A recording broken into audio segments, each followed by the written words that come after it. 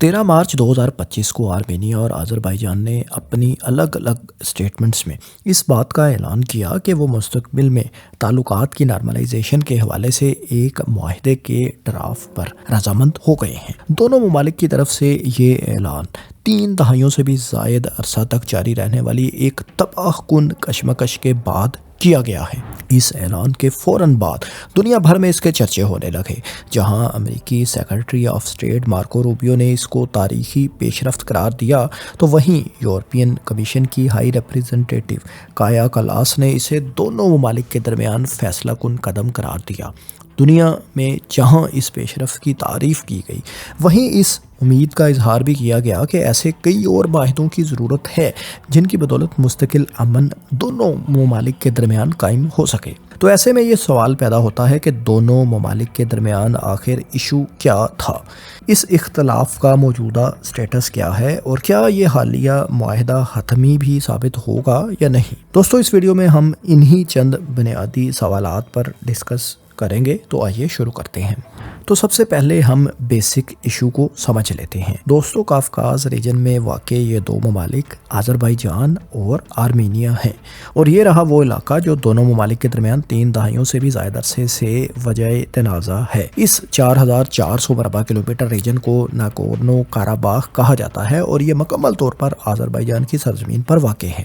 نہ صرف یہ علاقہ آذربائیجان کی سرزمین پر واقع ہے، بلکہ بین الاقوامی برادری اسے آذربائیجان کا حصہ بھی تسلیم کرتی ہے، لیکن آرمینیا کا موقف یہاں باقی دنیا سے مختلف ہے، اور وہ اس خطے پر اپنی ملکیت کا دعویٰ کرتا آ رہا ہے۔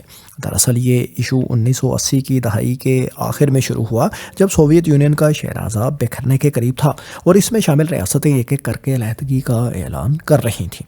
یہ علاقہ تو چاہے آذربائیجان کے اندر واقع تھا، لیکن یہاں کی 3/4 سے بھی زیادہ آبادی کا تعلق آرمینین نسل سے تھا، لہٰذا 1988 میں قراباخ کی مقامی اسمبلی نے آرمینیا کے ساتھ انضمام کے حق میں ایک قرارداد پاس کی۔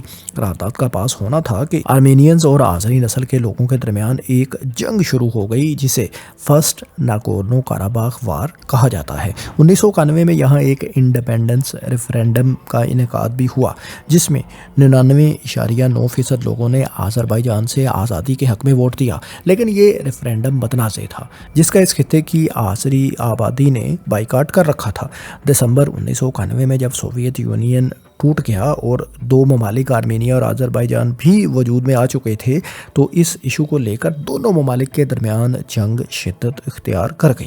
1994 میں جنگ کے اختتام تک آرمینیائی فورسز نہ صرف متنازعہ قراباخ ریجن کے بیشتر حصے کا کنٹرول حاصل کر چکی تھیں، بلکہ وہ آذربائیجان کا 9% رقبہ بھی اپنے قبضے میں لے چکی تھیں۔ اس 9% رقبے میں ناگورنو قراباخ کے اطراف آذربائیجان کے 7 اضلاع شامل تھے۔ تنازع کے نتیجے میں تقریباً 3.5 لاکھ آرمینیائی باشندے اور آذربائیجان کے 5 لاکھ باشندے آرمینیا اور قراباخ سے بے گھر ہوئے۔ مئی 1994 میں روس کی ثالثی میں جنگ بندی کا معاہدہ طے پایا، اور اس جنگ کا اس وقت ایک دفعہ خاتمہ ہو گیا۔ لیکن یہ امن مستقل بالکل بھی نہیں تھا۔ آذربائیجان، جو نسبتاً بڑا ملک تھا، اسے ایک چھوٹے ملک آرمینیا کے ہاتھوں اتنا زیادہ ایریا لوز کرنا اور ایک شکست ہرگز قابل قبول نہیں تھی۔ اگلی تقریباً 2 دہائیوں تک آرمینیا سے مقبوضہ علاقوں کا قبضہ چھڑانے کے لیے مذاکرات کے کئی ادوار ہوئے۔ ہلکی پھلکی جھڑپیں بھی جاری رہیں، لیکن کوئی خاص کامیابی آذربائیجان کو نہیں مل سکی، اور سٹیٹس کو برقرار رہا۔ بہرحال اس دوران تیل اور گیس کی ایکسپورٹ سے آذربائیجان کی معیشت نے خوب ترقی کی۔ آذربائیجان اپنی انرجی ایکسپورٹ جارجیا کے راستے ترکی، یورپ اور اسرائیل کو بھیج کر خوب زرعی مبادلہ کما رہا تھا۔ تیزی سے گرو کرتی معیشت کی بدولت آذربائیجان نے اپنے دفاعی بجٹ میں بھی خاطر خواہ اضافہ کیا۔ بالخصوص ترکی اور اسرائیل سے آذربائیجان نے دفاعی تعاون بھی بڑھایا، ڈرونز اور جدید ہتھیار حاصل کیے۔ آذری حکومت کس قدر اپنے دفاع پر خرچ کر رہی تھی، اس کا اندازہ آپ یوں لگائیں کہ 2015 میں آذربائیجان نے $3 ارب اپنے دفاع پر خرچ کیے، جو اسی سال آرمینیا کے ٹوٹل بجٹ سے بھی زیادہ بڑی رقم تھی۔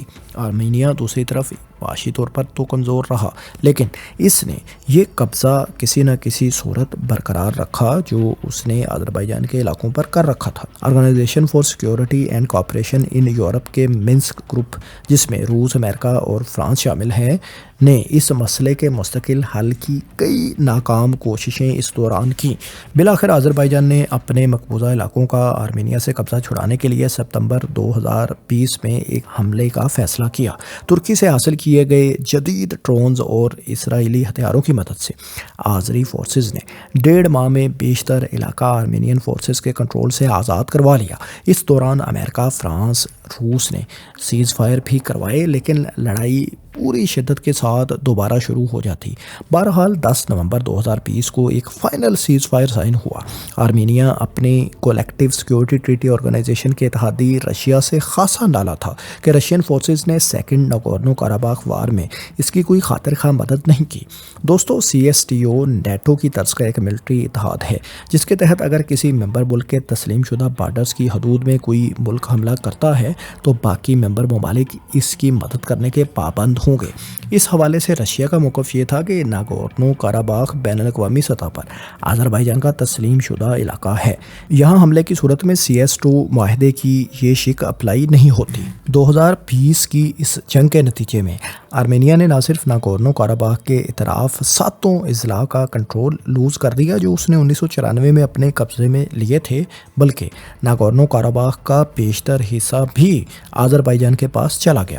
یوں بقیہ ناگورنو کاراباخ واپس ایک بار پھر آرمینین ایکثریتی ایکسکلیو بن کر رہ گیا۔ سیز فائر معاہدے کے تحت روس کو کاراباخ ریجن میں 5 سال کے لیے اپنی پیس کیپنگ فورسز تعینات کرنے کا مینڈیٹ ملا، لیکن دوستو اگر آپ میپ پر دیکھیں تو مغربی سائڈ پر آذربائیجان کا ایک ایکسکلیو بھی موجود ہے، یعنی آذربائیجان کا ایک حصہ ایسا جو مکمل طور پر آرمینیا کے اندر واقع ہے، اور اس تک رسائی کے لیے آرمینیا کے جنوبی ریجن سے گزر کر آذربائیجان کی فورسز اور لوگوں کو جانا پڑتا ہے۔ مین لینڈ سے کٹے اس ریجن کو ناکچیون کہا جاتا ہے، یعنی آپ یوں سمجھ لیں کہ ناکچیون تک رسائی کے لیے آذربائیجان کو آرمینیا کی سرزمین کا استعمال کرنا تھا، جبکہ کاراباخ تک رسائی کے لیے آرمینیا کو آذربائیجان سے گزر کر جانا پڑتا تھا۔ لہٰذا سیز فائر معاہدے کے آرٹیکل 6 کے تحت آرمینیا کو 5 کلومیٹر چوڑے لاچن کوریڈور کے ذریعے کاراباخ تک رسائی دی گئی، لیکن یہاں پر بھی رشین فورسز تعینات کی گئی۔ ایسے ہی سیز فائر ایگریمنٹ کے آرٹیکل 9 میں اس بات پر بھی اتفاق ہوا کہ دونوں ممالک تمام ٹرانسپورٹ کوریڈورز ایک بار پھر کھول دیں گے۔ اس شک کے مطابق آرمینیا پابند تھا کہ آذربائیجان سے ناکچیون ایکسکلیو تک راستے پر سیکیورٹی مہیا کرے۔ آذربائیجان نے اس راستے پر ریلوے ٹریک بچھانے کا اعلان بھی 2020 میں کیا، لیکن آرمینیا کا موقف تھا کہ معاہدے میں کسی کوریڈور کی تعمیر سے متعلق ذکر نہیں ہے، حالانکہ روس بھی اس کوریڈور کی حمایت کر رہا تھا۔ اس کوریڈور کی تعمیر سے آذربائیجان اور ترکی کے درمیان ایک براہ راست لنک بن جاتا، لہٰذا ترکی بھی اس کی بھرپور حمایت کر رہا تھا، لیکن اس کی تعمیر سے آرمینیا اور اس کے جنوبی ہمسایہ اور اتحادی ملک ایران کے درمیان ایک رکاوٹ حائل ہو جانا تھی، لہٰذا ایران اس کوریڈور سے متعلق آرمینیا کے موقف کی حمایت کر رہا تھا، یعنی اس کے خلاف تھا۔ دوستو، ایران اور آذربائیجان کے آپس کے تعلقات بھی بڑے کمپلیکس ہیں۔ دراصل شمالی ایران میں 1 سے 1.5 کروڑ کے قریب آذری نسل کے لوگ آباد ہیں، جن کی آبادی آذربائیجان میں آباد آذری نسل کے باشندوں سے بھی زیادہ ہے۔ آذربائیجان میں بعض قوم پرست گروپس گریٹر آذربائیجان کے لیے آواز بلند کرتے ہیں، جس میں ایران کا شمالی ریجن بھی ظاہر آتا ہے۔ لہٰذا ایران اس لیے بھی یہ نہیں چاہتا کہ آذربائیجان اس قدر طاقتور ہو جائے کہ وہ شمالی ایران کو آذربائیجان کا حصہ بنانے کی کوشش شروع کر دے یا اس علاقے میں ایران کے وہ بدامنی کا باعث بنے۔ اس کے علاوہ آذربائیجان کے اسرائیل کے ساتھ تعلقات بھی ایران اور آذربائیجان کے درمیان تناؤ کی ایک وجہ ہیں۔ اس کوریڈور کی تعمیر کا ایشو تو اپنی جگہ قائم ہے، لیکن ستمبر 2023 میں آذربائیجان نے ایک اور حملہ کر کے کاراباخ کا بقیہ ریجن بھی اپنے کنٹرول میں واپس لے لیا ہے، اور یہاں آرمینین ایڈمنسٹریشن کا خاتمہ مکمل طور پر کر دیا گیا ہے۔ ان حملوں سے متعلق یہ رپورٹس بھی ہیں کہ آذری فورسز نے Pakistani KRL-122 multiple launch rocket system کا استعمال بھی ان کے دوران کیا تھا۔ دوستو یہاں سوال یہ پیدا ہوتا ہے کہ رشین فورسز بھی تو یہاں تعینات تھیں، تو انہوں نے آرمینیا کا ساتھ کیوں نہیں دیا؟ تو دوستو اس کی مختلف وجوہات ہو سکتی ہیں۔ ایک وجہ تو یہ ہے کہ یوکرین جنگ کی وجہ سے روس خود کو ایک اور جنگ میں ظاہر ہے الجھانا نہیں چاہتا تھا۔ دوسری وجہ یہ ہے کہ روس آذربائیجان کے ساتھ اس خطے کی وجہ سے تعلقات خراب نہیں کرنا چاہتا، جسے دنیا پہلے ہی سے آذری ریجن تسلیم کرتی ہے۔ تیسری وجہ یہ ہے کہ آرمینیا کے موجودہ وزیر اعظم نکول پیشینیان نے 2020 میں روس کی طرف سے کوئی مدد نہ ملنے پر رشیا پر شدید تنقید کی تھی، اور ان کا جھکاؤ مغربی ممالک کی طرف زیادہ ہے۔ 2023 کے حملے سے پہلے اور بعد میں یہاں آباد آرمینینز کو یہ آپشن دیا گیا تھا کہ وہ یا تو آذربائیجان کی شہریت قبول کر لیں یا پھر نگورنو قراباغ سے نکل جائیں۔ ظاہر ہے جن لوگوں کی ہمدردیاں آرمینیا کے ساتھ تھیں وہ آذربائیجان کے شہری تو بننا ہی نہیں چاہتے تھے، لہٰذا 1 لاکھ کے قریب آرمینینز یہاں سے بے دخل کر دیے گئے۔ اب آرمینیا کے وزیر اعظم بھی یہ تسلیم کر چکے ہیں کہ ناگورنو قراباغ دراصل آذربائیجان کا ہی حصہ ہے۔ اپریل 2024 میں آرمینیا نے آذربائیجان کے بارڈر ریجن پر 4 گاؤں بھی واپس کر دیے تھے۔ اب شاید آپ سمجھ رہے ہوں گے کہ جس خطے کا مسئلہ تھا وہ ایشو تو ریزالو ہو گیا، تو بس اب امن مستقل طور پر ہو جائے گا، لیکن دوستو ایسا ہرگز نہیں۔ دراصل آذربائیجان کے صدر الہام علیوف اس بات کا مطالبہ بھی کر رہے ہیں کہ آرمینیا اپنے آئین کے پریمبل میں بھی ترمیم کرے، جس میں 1990 کی آزادی کے اعلامیے کا حوالہ دیا گیا ہے۔ اسی اعلامیے میں آرمینیا نے ناگورنو قراباغ کے علاقوں کو اپنے اندر شامل کرنے کا اعلان کیا تھا۔ یہاں اچھی خبر یہ ہے کہ موجودہ آرمینین وزیر اعظم نکول پیشینیان الیکشن سے پہلے ایک ریفرنڈم کے ذریعے آئین میں یہ ترمیم کرنا چاہتے ہیں، لیکن اپوزیشن اس پر راضی نہیں۔ اپوزیشن کا خیال ہے کہ وزیر اعظم نے ناگورنو قراباغ کا سودا کر لیا ہے۔ پیشینیان کا موقف یہ ہے کہ 2020 اور 23 میں شکست کے بعد آرمینیا کو آذربائیجان اور ترکی سے تعلقات بہتر کرنے چاہیے اور روس پر انحصار کم سے کم کر دینا چاہیے۔ اس سچویشن میں دونوں ممالک نے تعلقات کی نارملائزیشن کا اعلان تو کر دیا ہے۔ آرمینیا اور آذربائیجان اس بات پر بھی راضی ہیں کہ انٹرنیشنل کورٹ آف جسٹس میں ایک دوسرے کے خلاف کیسز سے بھی وہ وڈرا کر لیں گے۔ اس کے علاوہ دونوں ممالک اس بات پر بھی راضی ہیں کہ بارڈر پر کسی تیسرے ملک کی فورس ڈپلائی نہیں کی جائے گی۔